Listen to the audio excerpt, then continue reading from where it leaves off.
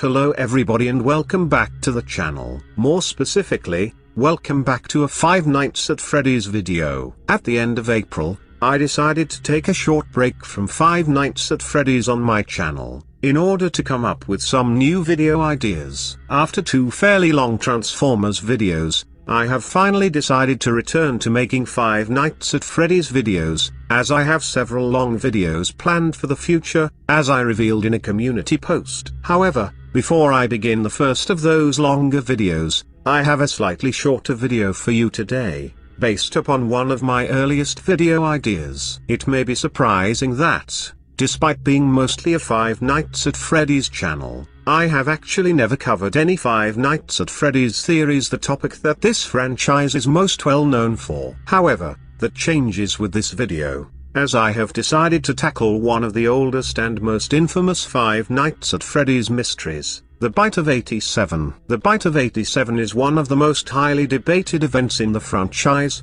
and yet I rarely see it discussed nowadays, mostly due to the newer games' shift away from the previous story and onto a new one. However, for this video, I would like to revisit this enigmatic event and share my theory as to which animatronic was responsible. Without further ado, let's begin.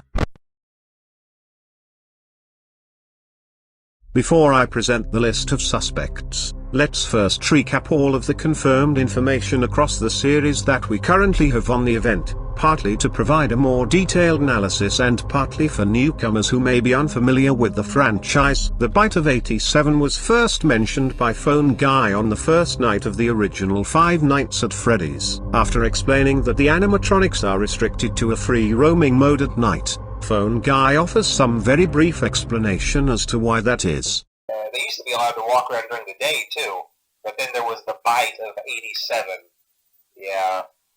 It's amazing that the human body can live without the frontal lobe. Based upon this excerpt, we have learned that, at some point in the year 1987, an animatronic bit into a customer's head, removing the frontal lobe of their brain. Although the victim allegedly survived, this attack dealt a devastating blow to the reputation of Freddy Fazbear's Pizza and led to the animatronics being restricted to their stages during the day, only allowed to wander during the night. Some may question the legitimacy of Phone Guy's claim that the victim survived, since the frontal lobe is a vital component of the brain. On numerous occasions throughout the first 4 phone calls, Phone Guy seems to nonchalantly diminish the idea that the animatronics are dangerous, likely as an attempt to keep the night guard from quitting, so it is likely that his claim of the victim's survival is an example of that. However, my online research has shown that it is actually technically possible for a person to survive without their frontal lobe, though it would result in total paralysis of their cognitive abilities and motor control. As a result, it is still possible that Phone Guy was actually telling the truth, though the victim's fate should likely be labeled as uncertain for now.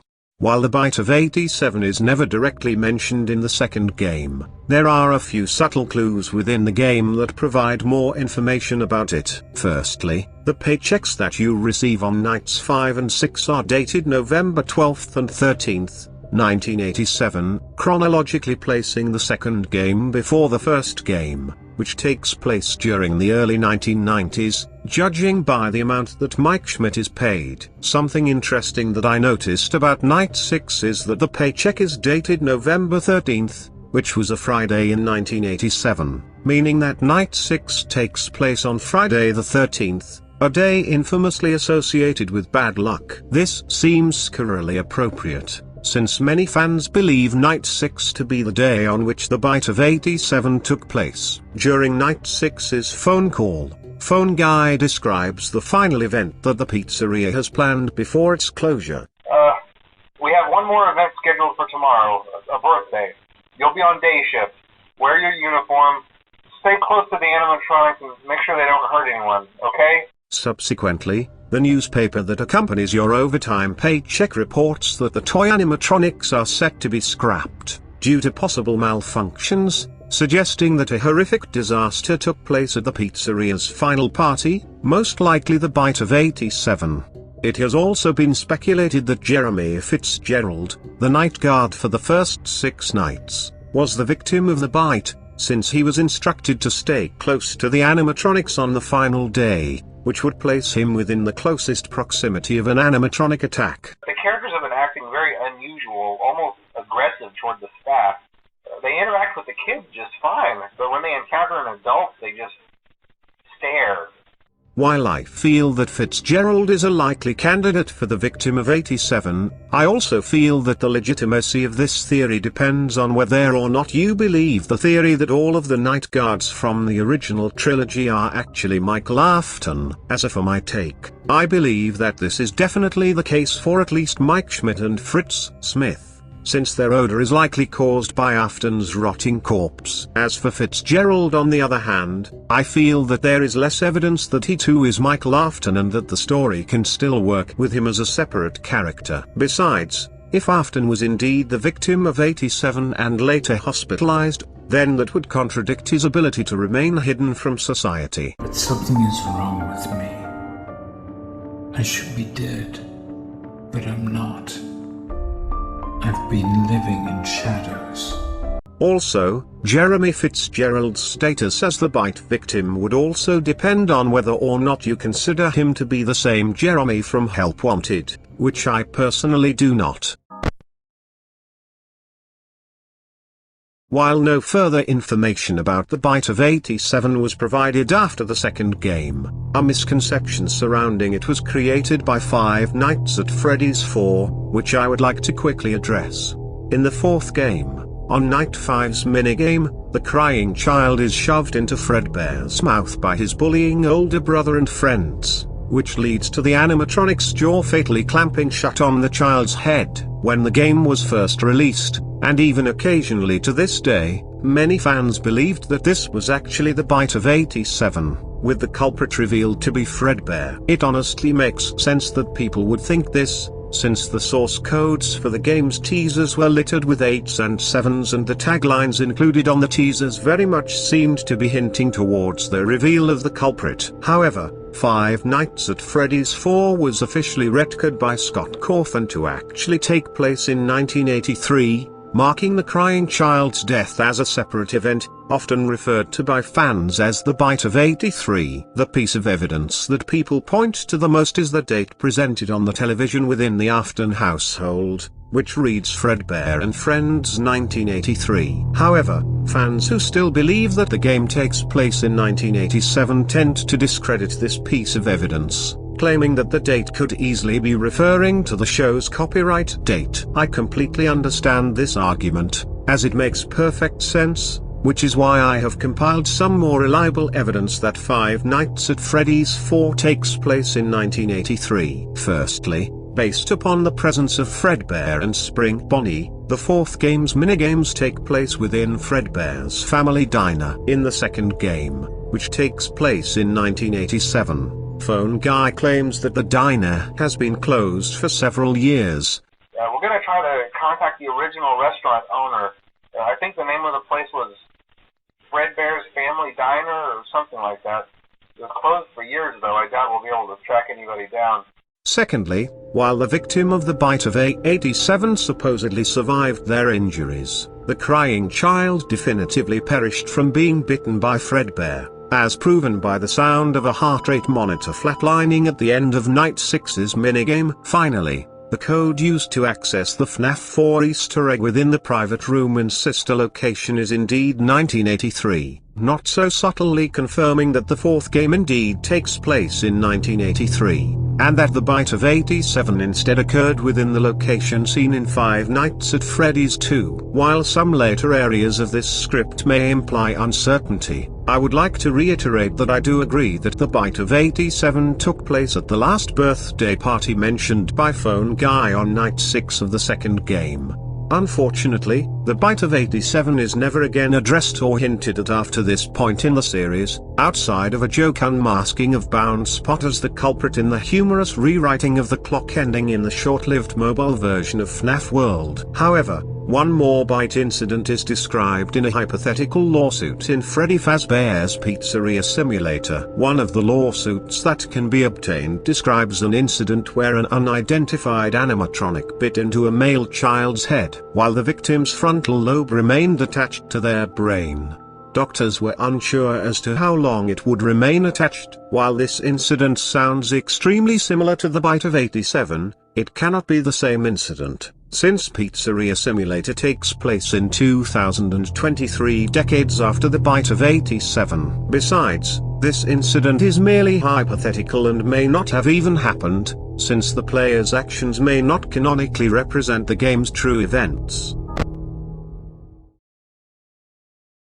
Now that I have covered all of the currently available information surrounding the bite and clarified an old misconception, let's move on to the section that I am sure that most people came for: which animatronic was responsible for the bite. I have assembled a list of possible suspects, based upon which animatronics were present within the second game's location, which means that none of the nightmares or fun times will be included, and I will break down the reasons for each animatronic as to why I believe that they may or may not be the culprit. First of all, let's run through some characters that are very easy to rule out. The first animatronic that I would like to disqualify is the puppet. Not only do they lack the teeth necessary to cause significant damage, but their spirit has more control over them than most other spirits have over their animatronics. The others are like animals, but I am very aware.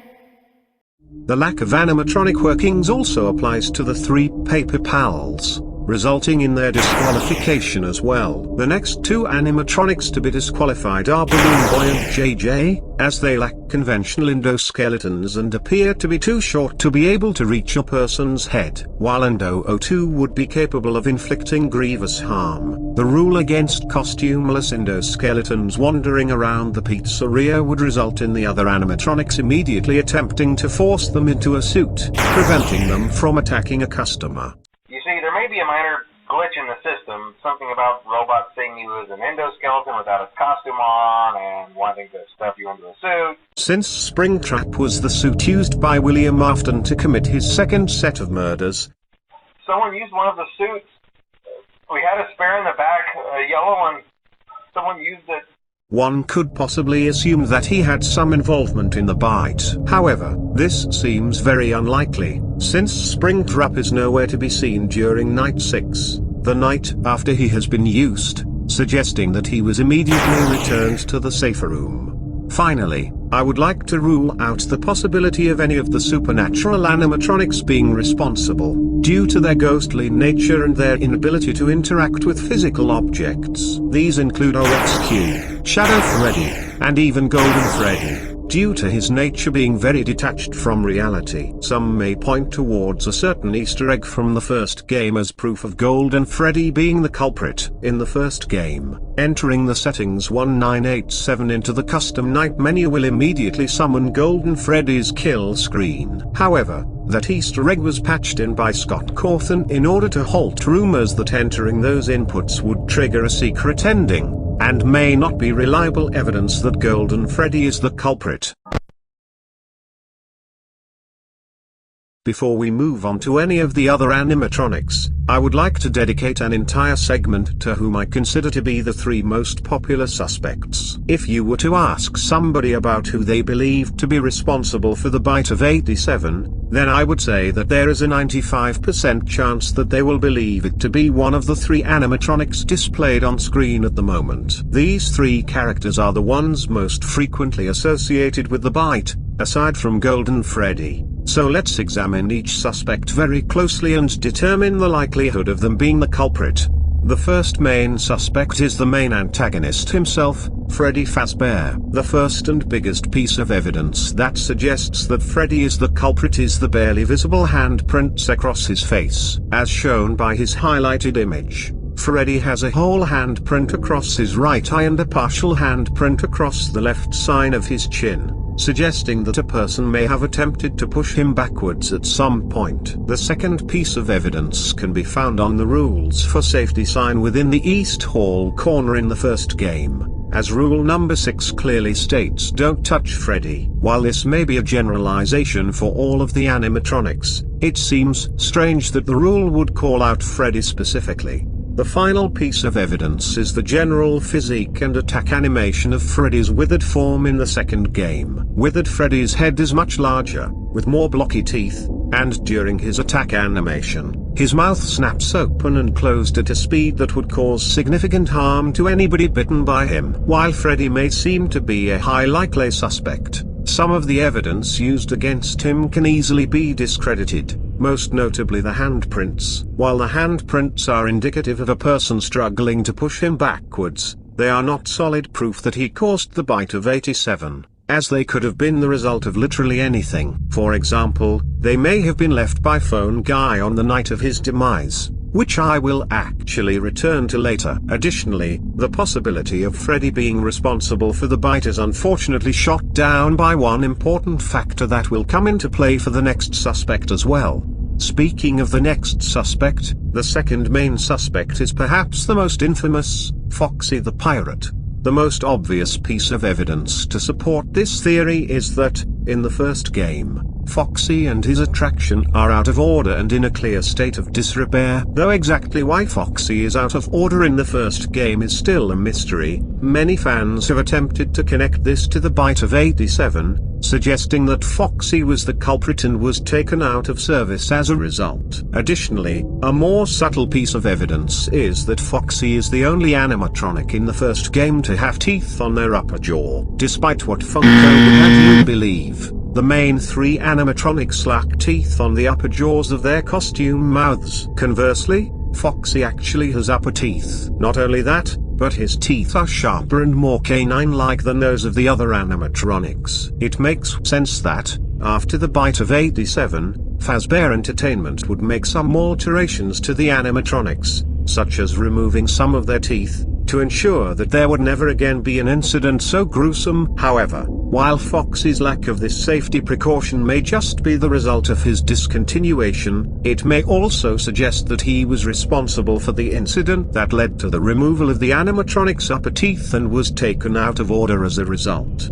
The final piece of evidence, as far as the first game is concerned, is that Foxy's jaw appears to be broken. In most of Foxy's appearances, his lower jaw hangs wide open and, when he rushes down the hallway, it sways open and closed, possibly due to weakened joints. Since the amount of force required to penetrate human flesh and bone would be too much for an animatronic jaw to handle, Foxy's seemingly broken jaw can be seen as evidence that he may have caused the bite of 87. However, while this can be difficult to notice, Foxy's attack animation actually begins with his mouth closed for a split second before opening, suggesting Foxy has at least some control over his jaw. At first, the second game may seem to support the idea of Foxy being the culprit, as withered Foxy appears to be much more aggressive and pugnacious than his less damaged descendant, as he is far more active and difficult to repel, has a far more vicious attack animation, and,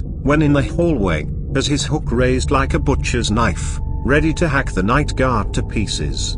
Unfortunately, as much evidence as there may be for Freddy and Foxy, the likelihood of either of them being the culprit is crippled by one key factor. All of the withered animatronics were left confined to the parts and service room during the daytime in the second game. As a result, they were most likely inactive when the bite of 87 took place. Even if any of the withered animatronics somehow managed to wander into the main show area and attack a customer or Fitzgerald, then that would have ensured their permanent retirement. However, it was instead the toy animatronics that were scrapped, as stated by Night 6's newspaper, hinting that the culprit was one of them.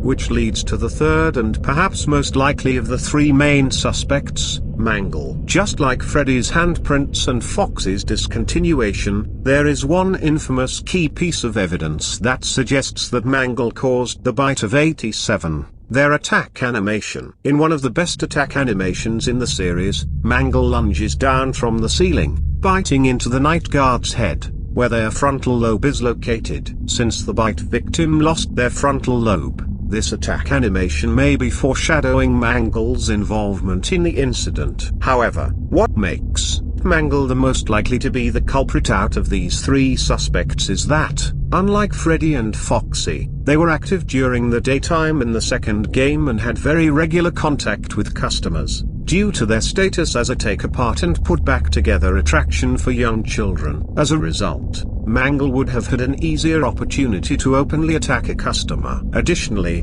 unlike most of the suspects, Mangle would have actually had an ulterior motive for attacking a patron. Assuming that Mangle was at least partially sentient in the second game, it is possible that the combination of daily dismantlement by children and refused repairs from the staff may have eventually enraged them, leading them to commit the act of retribution that was the bite of 87. This almost makes us yearn for the days of the Kids Cove.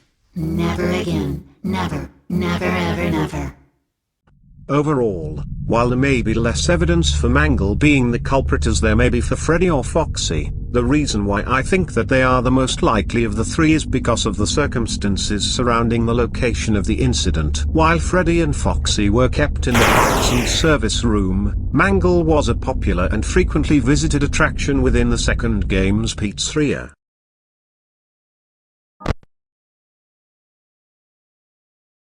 Now that I have analyzed the three most commonly suspected animatronics, let's get back to the full roster of suspects. Unfortunately, since Freddy and Foxy were ruled out for being locked away at the time of the bite, Bonnie and Chica must also be disqualified for the same reasons that I listed earlier, those being that they were kept in the parts and service room at the time of the bite and that any potential attack from them would have doomed the original animatronics to be scrapped, which instead happened to the toy animatronics. I once heard a theory that Withered Bonnie's face was removed due to him being responsible for the bite. However, that is impossible, since he is already missing his face before the bite even occurs, assuming that the bite does indeed take place at the last birthday party on night 6. In fact, neither he nor Withered Chica have appropriately functioning mouths by then. At this point, the list of suspects has been narrowed down to the four main toy animatronics: Toy Freddy,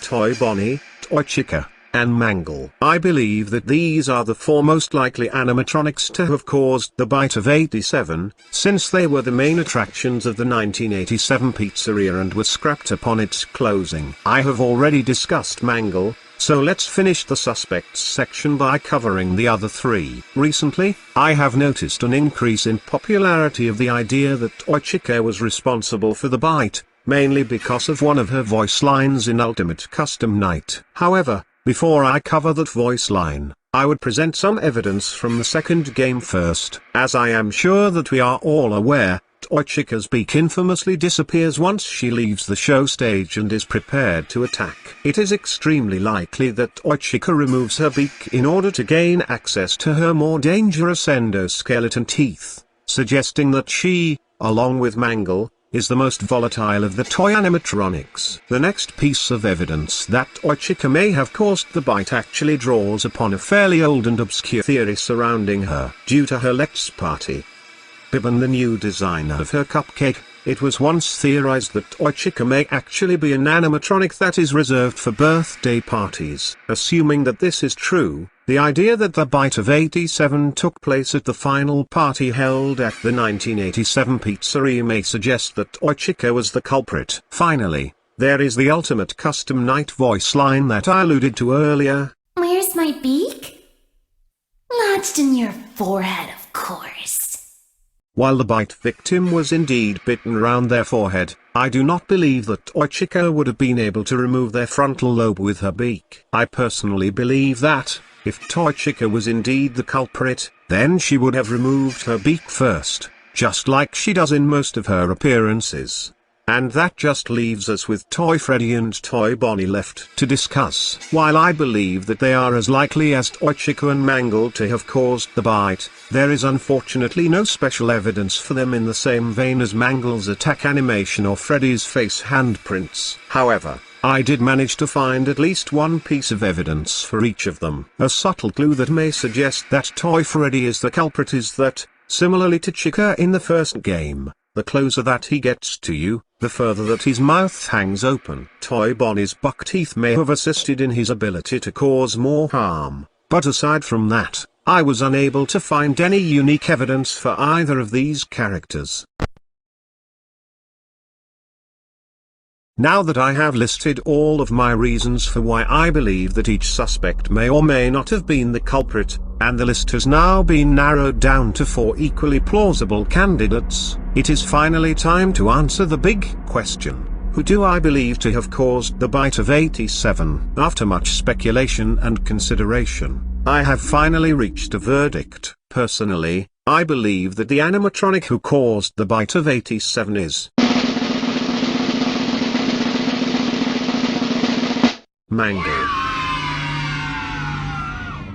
Ultimately, for me, it all comes down to their attack animation, as it is practically a dead giveaway, coupled with them being active at the perfect opportunity. Also, I believe that Mangle is the only candidate who would actually have a motivation to attack a patron, due to their torturous occupation in Kids Cove. I do believe that the other 3 toy animatronics are just as likely to have caused the bite, especially Toy Chica, but the currently available evidence for them is just not as much strong evidence as there may be for Freddy or Foxy. It is just that one key factor, their confinement to the parts and service, that crushes the plausibility of either of them, along with Bonnie and Chica being the culprit. To be honest, I do not think that it will ever actually be revealed in any of the games as to who caused the bite, since it feels like one of those mysteries that is never actually supposed to be answered, much like what was in the briefcase in Pulp Fiction.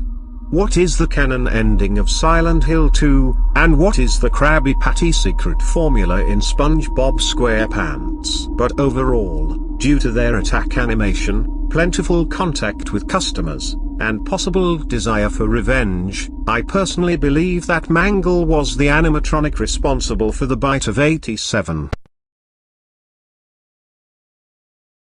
Before this video ends, I would like to present you with a bonus theory that I do not believe has enough substance to justify its own video, with it also being one of the franchise's longest-running mysteries. Who killed the phone guy? To quickly summarize the subject of this theory, the phone call on night 4 of the original 5 Nights at Freddy's reveals that, on his 4th night, phone guy was targeted by all of the animatronics at once, with all of their distinct sounds heard in the background. The call ends with the low-pitched attack scream of Golden Freddy, and it is suggested that phone guy was ultimately killed.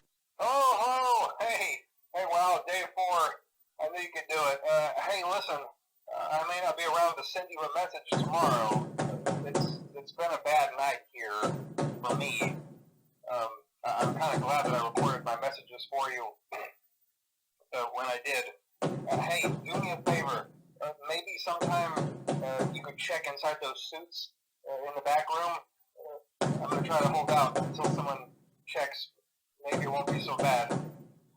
I always wondered what was in all those empty heads back there. You know. Oh no.